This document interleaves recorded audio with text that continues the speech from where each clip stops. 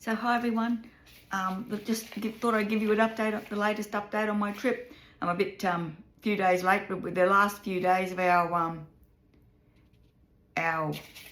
tour was insanely busy.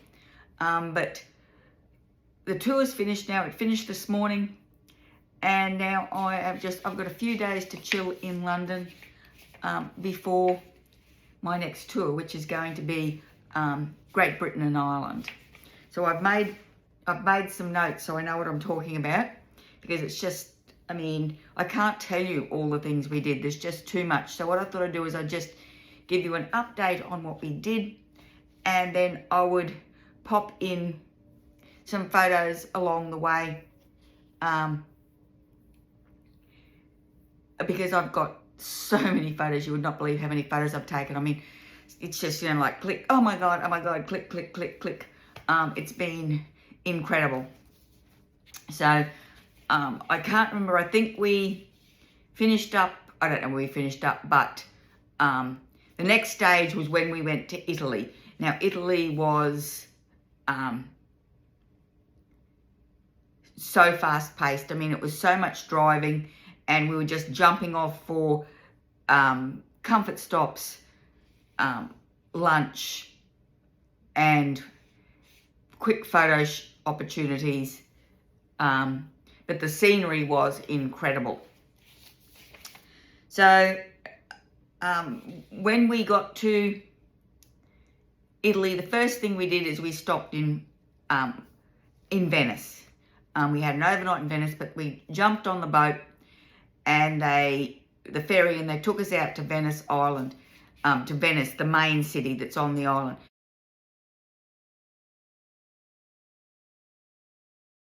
I cannot even describe. There was I don't know if there's even any cars there, because it's all these little tiny roads, and all the buildings were so old, that's what I keep looking at, is how old the buildings are. We got to where was the Colosseum? I've got to think about this.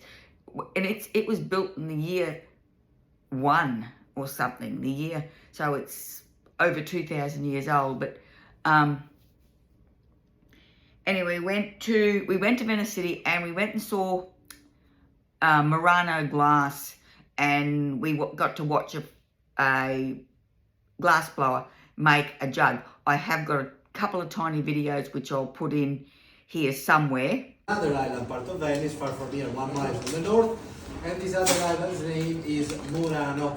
That's why the name Murano glass became. Okay, so it should be Venetian glass made in Murano, but everybody knows as Murano glass. We are the oldest glass factory in town, and we are the only ones allowed for a small electrical ovens here for the demonstration. So this is the only place in town where you can enjoy to see directly while you make it. But we are not allowed to keep. Practically, if you are not making the glass once you are physically in the island of Murano, what you are making is not considered good. So we have to throw away this piece, just for your mention. Normally it takes much more time, minimum half an hour, 40 minutes to make even a smaller piece. Master doesn't work alone, minimum 3 up to 20 persons working together, and also we need to avoid the thermal shock of the glass. Practically, we have to put the final production, the very big gas ovens, for minimum 24 hours to cool down slowly, otherwise the glass explodes for the faster change of temperature. And we cannot make it heavy, so otherwise we have to throw away this piece. Anyway, to become a master, no schools, it's still a family tradition, passed from father to son, minimum 15 years of training to be considered artist. Is considered a dying art now, because the young people doesn't do it anymore, so it's going disappearing little by little. And what else? Basic composition of the glass.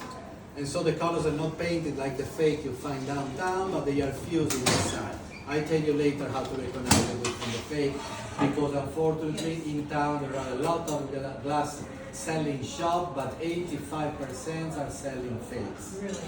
Absolutely. Wow. They check before COVID was 85. Oh boy. And that's why you are here, not because I am nice looking. No, later you're welcome just as visitor, but if you want to buy, I tell you later how to recognize, if you don't do it here. As you can see, the master makes look so easy, so if you want to try, you can do. No, please. It's very dangerous, very easy to get burns. Take a look. It's going to make the endos, which has to remind the shapes of the Gran Canal of Venice, the opposite. 1, 2, 3, go. Oh. How do you say in Italian, master? Mamma mia! Mamma mia! Negli States, oh my God. Ma in Italia, mamma mia. Everybody knows that now, mamma mia. Okay, let's go. Area! He has a piece of paper there, so I'm sure you can pick up a piece of paper. You know why? Take a look. 1, To show you. Oh. You understand how much danger it is Don't also touch for the it. glass, and also why we need to cool down the glass. So that's why he has to throw away within 3 minutes. Did you enjoy it? Yeah. And like we did have the opportunity to have a gondola ride, but I decided I wanted to have a walk around and look around rather than doing the gondola ride. But I did like all the little canals. I mean, I leant over and I took some videos of a couple of gondolas.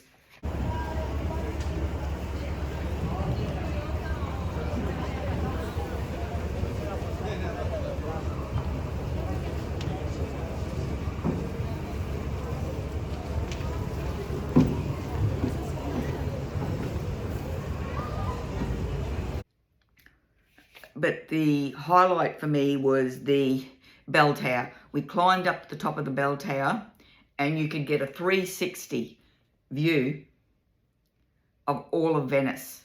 And I did. I took video after video after video of, you know, doing the, you know, turning around and looking at all of Venice. I mean, it was amazing. And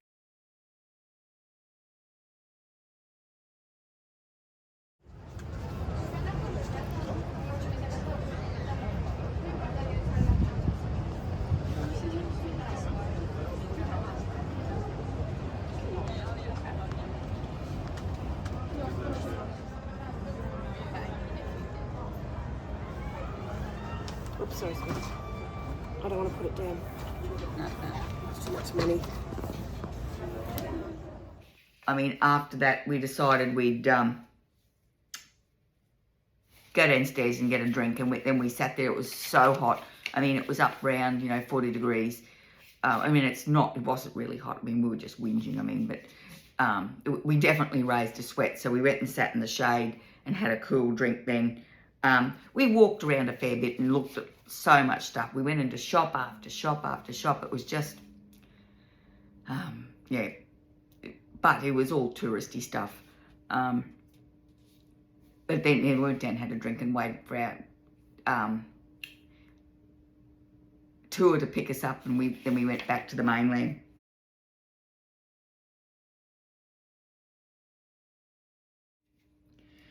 So, and then the next day we got up and we headed for Rome. So in Europe they've got or in Italy it is, they've got all these service stations. Have got, I mean, you can go and you can buy a sandwich. You can go in, they've got all these pre-packaged foods that you can just pick up, walk over, or you can go to another section and get like deli sandwiches. Now, I mean, mainly I just went and grabbed something from the pre-packaged section, but on this day I went and got a deli sandwich, and I'll put a little photo here of my deli sandwich. It was absolutely amazing. It was huge.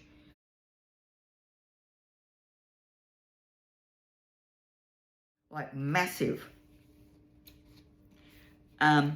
And then when we eventually got to Rome, we did a walking tour. So, I don't know, it was a few hours walking with a local guide. And I know we saw the Trevi Fountain, the Colosseum. I mean, I'm going to put some photos of the Colosseum. Oh, I'll put some photos of the Trevi Fountain and the Colosseum. I mean,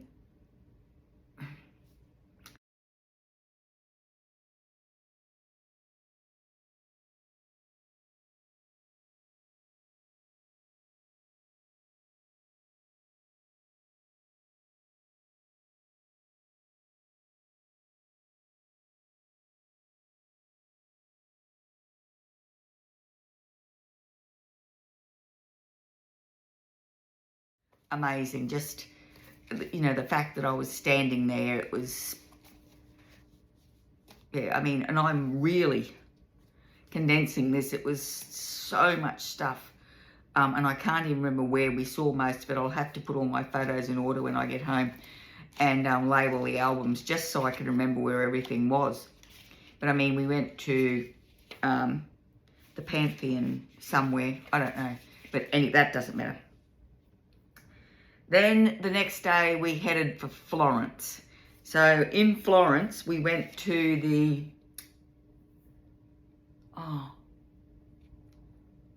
it's where the statue of David was. I can't remember what it was called. Some arts centre, I don't know. Look, I mean, through that, I don't know what you call it, through that whole building, I mean, the statues were amazing. The one thing that amused me is there were, after the statues were done and they were all naked, so someone went through and, you know, like years later, someone went through and popped the little, after the effect, a little leaf over everyone's genitals. It was, yeah, but they were just beautiful. I mean, amazing talent.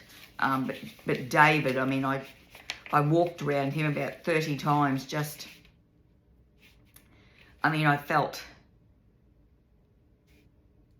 and I'm going to put photos in here too, somewhere along the line of all the, some of the statues we saw. But yeah, David, wow.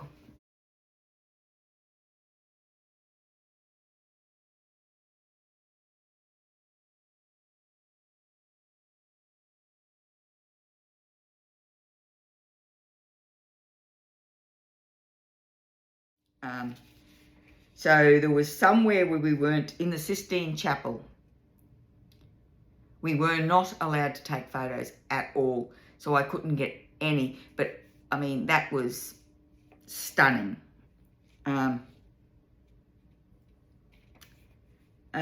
So when we were in Florence, we went out for, it was a Tuscan dinner. It was a dinner in Tuscany. So we went to this place and all the tables were outside, but we started off with, they gave us blue champagne, and it was, I think it had peach in it. It was absolutely delicious. And then when we had our meal, we had 3 local musicians that sang, you know, very operatic. It was, they were amazing. And, you know, it was really great dinner music. It was just fantastic. But I'm trying to remember what we had. But with each course, they gave us wines. So we had a couple of sparkling wines. One was strawberry and one was grapefruit. I mean, the strawberry one was really nice. And then we had some reds. For red, it was a red that went with the entree and a red that went with the main. And all these wines were delicious, and they came out with order forms and said, you know, you can order any of this wine, free shipping, except if you live in Australia. So, I mean, I already had my order done up. I was going to spend, you know, several hundred euros on this wine. It was that good. But anyway, no, we can't get it in Australia. It was quite sad, but they came out, they had, the starter was this great big buffet table with olive paste and breads and all your, you know, olives, sun-dried tomatoes. Like they had, it was like huge. I can't remember all the things. And I didn't take any photos because it was too hard. But we did get a photo of us at the table I was sitting at, so.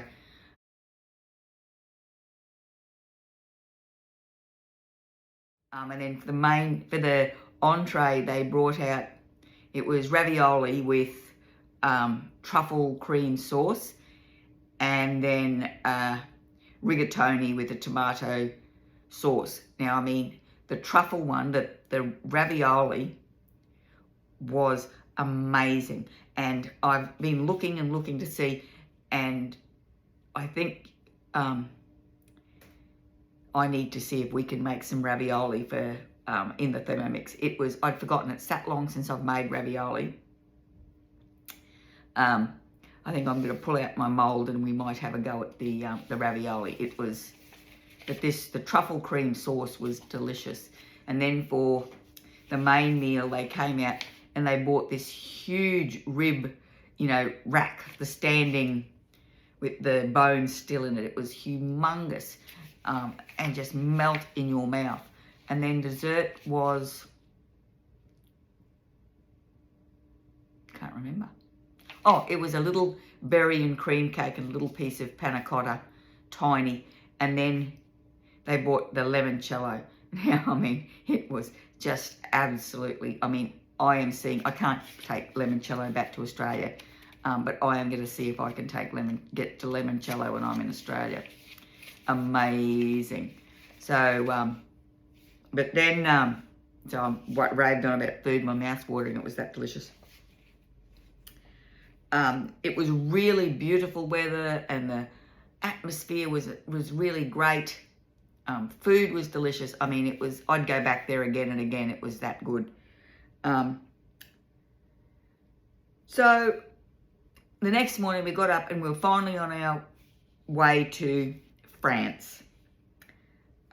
So we stopped on the way for photo opportunities at the Leaning Tower of Pizza, and we had a big walk around the church and that was attached. It was very surreal, actually saying that, we were at the Leaning Tower of Pizza. These are things you read about and learn about, but being there was a little bit surreal.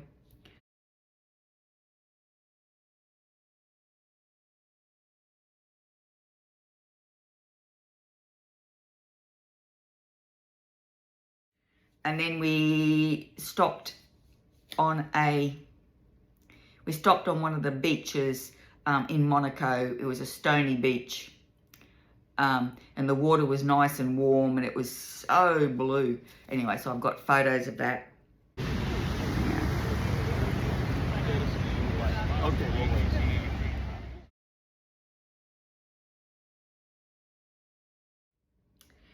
And we had an overnight stop in Lyon. Now, Lyon was just we didn't do much there. We looked at a church. I think that was about it. Looked at a church and some people went shopping, but we had a bit of time to ourselves, but it was, nothing, maybe if we had a bit more time there, but it was nothing outstanding. And then we were finally on our way to Paris, and I was keeping an eye out because I know there's a town called Clermont, spelt the same as where I live in Clermont. So I entertained myself keeping an eye out for road signs.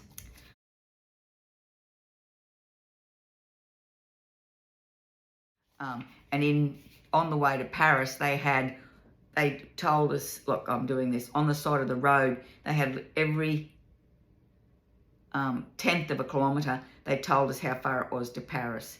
So it was, I can't remember, 295, 294.8, 294.6, all the way. So it was, that was actually quite interesting. Then when we got closer, they stopped telling us. So when we got to Paris, there was some disruptions due to the Olympic Games starting in the next, they were ramping up for the Olympic Games opening ceremony. So there was a few places that were already blocked off. So they changed our trip around a little bit. And we had a bit of a look around Paris and looked at some of the places. But we went to that was the night I went to the Moulin Rouge. Now the Moulin Rouge, no photos. Well, they said no photos. I believed them, but it was no photos of the dancing girls. I couldn't take a photo of my food. The food was so elegant and, I've been told I say delicious too much, but it was truly delicious. And the show was everything I expected it to be and so much more. It was quite expensive, but if you ever have the opportunity to go to the Moulin Rouge, I would highly recommend it. It was absolutely jaw-dropping. It was that good. I mean, one of the young fellas that was on our tour, he said he didn't realise that the girls were topless. And I said, well, I actually did know that the girls were topless. They're not topless in all the shows, but, you know, like, as part of the show, sometimes they're topless. And I said, well, I did know that. I said, I thought everyone knew that. But it was, yeah. And they've got men now. It's not just women. I didn't know they had men in the show. I thought it was all women. And look, it was jaw-dropping. It was that good. I thought it was going to be all just the can, and they did a really good one at the end, which was, you know, the can. But just, yeah, amazing.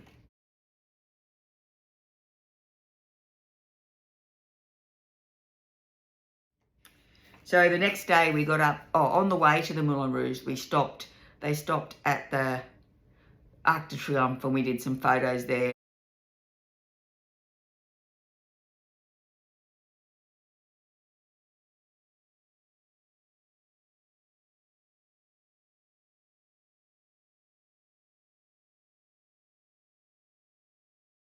And then we did a drive down the Champs-Elysees, I can't say it properly.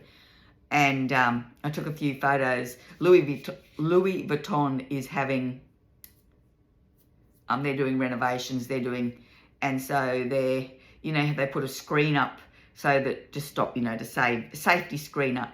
Theirs, I couldn't get a decent photo of it. We were in the bus and we were going too fast, but it's like this beautiful screen that looks like a giant silver suitcase.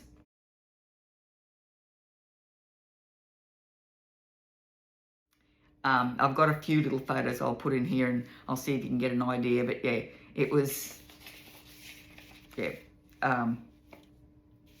pretty amazing.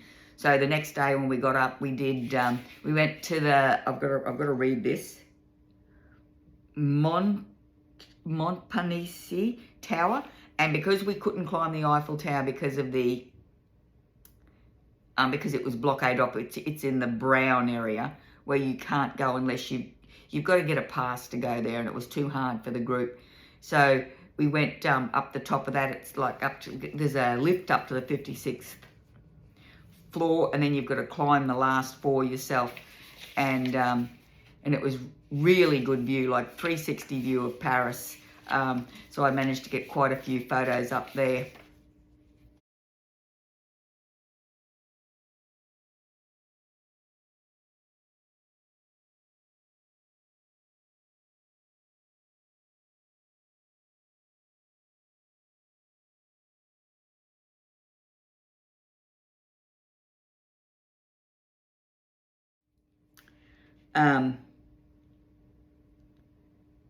And that was sort of, then we were let loose. Once we got back to our hotel, we were told we could go and do whatever we liked. So one of the ladies I met on tour, and we became quite good friends, we headed off to find a local restaurant. I wanted snails. She said no way. So we went to this local restaurant, and I had the snails, which were, everyone has told me that has had them have told me they're delicious, and they really were. I thought they'd be gritty, but they weren't gritty at all. They were a little bit chewy, but not rubbery. They were a little bit chewy, and they were just absolutely drowned in garlic butter and herbs, and I smelt like garlic for days. And then I had, for main, I had a flank steak with blue cheese sauce. Really nice. This restaurant, you didn't do bookings, you just lined up out the front, and like we got there quite early, but by the time and they had to lift the tables out the way so you could get in because they were all jammed up that close together. By the time we left, there was no room left. It was packed. And then for dessert, I had an apple and pear crumble with like a pear sorbet. which was really nice. I mean, I ate all of that.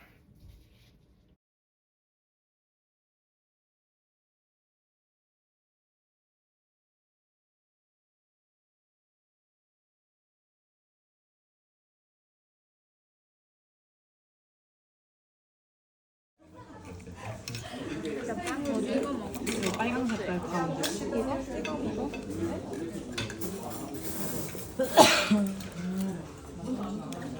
I can see it. Let's try a different one.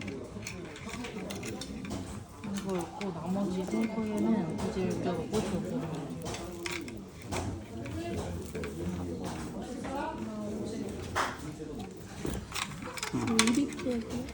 I'm an expert.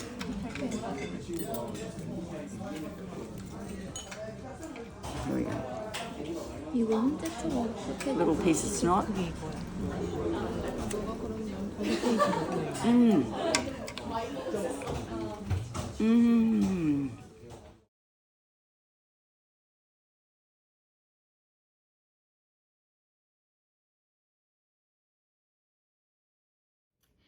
So, and that was the finish of our European tour. And the next morning we got up early and headed off to the railway station to get on the Eurostar to London. So when we got there, they told us there was been a disruption on the line and we were going to have to do a diversion, which, oh, I didn't tell you, we had the most amazing view of the Eiffel Tower from just out in front of our hotel. So we could stand there and it was at the end of the street and you could see the whole thing.